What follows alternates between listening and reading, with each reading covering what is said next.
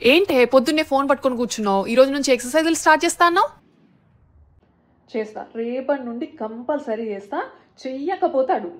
ఇది రోజు ఇదే చెప్పుద్ది, కానీ ఎక్సర్సైజ్ మాత్రం స్టార్ట్ చేయదు. బద్ధకం. మీరు కూడా ఇలాగే ఎక్సర్సైజ్ని పోస్ట్పోన్ చేస్తూ ఉంటారా? అయితే ఈ వీడియో మీకోసమే. హలో అండి, వెల్కమ్ టు మై ఛానల్. మన బాడీ హెల్తీగా ఉండడానికి మనం తీసుకునే ఆహారం ఎంత ఇంపార్టెంటో, అలాగే మన బాడీలో ఉన్న వేస్టేజ్ అనేది బయటికి వెళ్ళడం కూడా అంతే ఇంపార్టెంట్. బాడీలో ఉన్న వేస్టేజ్ అనేది 3 రకాలుగా బయటికి వెళ్తుంది. ఒకటి toilet, and second one is stool, and third one is sweat. ఇదంతా మన బాడీలో న్యాచురల్గా జరిగే ప్రాసెసే అయినప్పటికీ ఇవన్నీ సరిగ్గా జరిగేలాగా చూసుకోవడం అది మన రెస్పాన్సిబిలిటీ. అంటే టాయిలెట్ సరిగ్గా వెళ్ళాలి అని అంటే మంచిగా వాటర్ అనేది తీసుకోవాలి.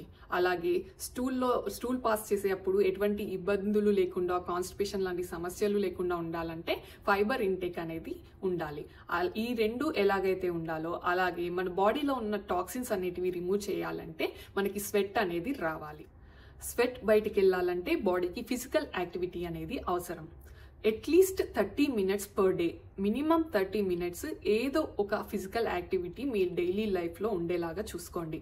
అది వాకింగ్ అయినా అవ్వచ్చు, జాగింగ్ అయినా అవ్వచ్చు, dancing or yoga or some particular exercises ఏవైనా సరే అట్లీస్ట్ మినిమం ఒక 30 minutes పర్ డే మీరు ఈ ఫిజికల్ యాక్టివిటీ కోసం స్పెండ్ చేయాలి. డైలీ ఎక్సర్సైజ్ చేయడం వల్ల బాడీ యాక్టివ్గా ఉండడంతో పాటు బాడీలో ఉన్న టాక్సిన్స్ అన్నీ కూడా చాలా న్యాచురల్ వేలో రిమూవ్ అయిపోతాయి. ఈ విషయాలన్నీ మనకు తెలిసినప్పటికీ కూడా మన డైలీ లైఫ్లో ఉండే బిజీ వల్ల మనం ఎక్సర్సైజెస్ని పక్కన పెట్టేస్తూ ఉంటాం.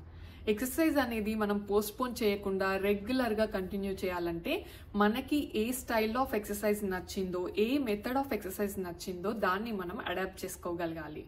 అప్పుడే మనకి స్ట్రెస్ అనేది లేకుండా, దాన్ని ఒక పనిలాగా ట్రీట్ చేయకుండా మనం ఎంజాయ్ చేస్తూ రోజు ఎక్సర్సైజ్ చేయగలుగుతాం. నేనైతే ఈ స్టైల్ ఆ స్టైల్ అని కాకుండా నాకు ఏవి నచ్చితే వాటిని అడాప్ట్ చేసుకొని ఈజీగా నేను ఎక్సర్సైజెస్ అనేవి చేస్తూ ఉంటాను.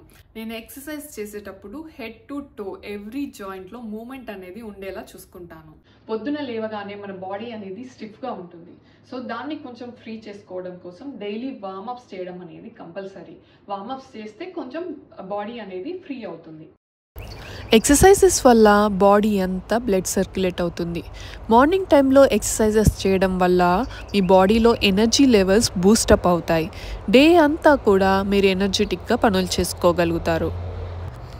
కొంతమందికి పొద్దున్న లేవగానే బాడీ అంతా స్టిఫ్గా అనిపిస్తూ ఉంటుంది, బాడీలో ఫ్లెక్సిబిలిటీ ఉండదు.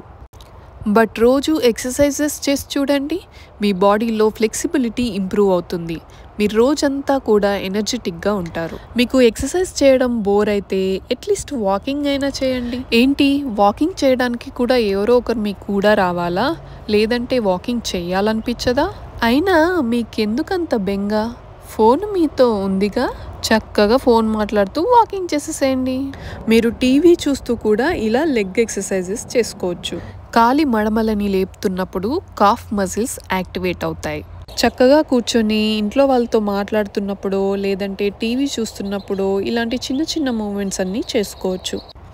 అండ్ ఈ మధ్య నేను సూర్య నమస్కారాలు స్టార్ట్ చేశానండి. ఇవి రోజుకి 5 to 12 rounds చేయాలంట. నేను ఇప్పటికైతే 5 rounds చేస్తున్నాను. ఇంకా పర్ఫెక్ట్ అవ్వాలి నేను ఇందులో. ఇప్పటికైతే నాకు వచ్చినట్టు చేసేస్తున్నాను. ఈ సూర్య నమస్కారాలు అనేవి హార్ట్ హెల్త్కి, లంగ్ హెల్త్కి, అలాగే మన హార్మోనల్ బ్యాలెన్స్కి, వీటన్నిటికీ కూడా చాలా చాలా హెల్ప్ చేస్తాయండి ఇవి. సూర్య నమస్కారాలు మార్నింగ్ టైంలోనే చేయాలండి. ఎంప్టీ స్టమక్తో చేస్తే చాలా మంచిది.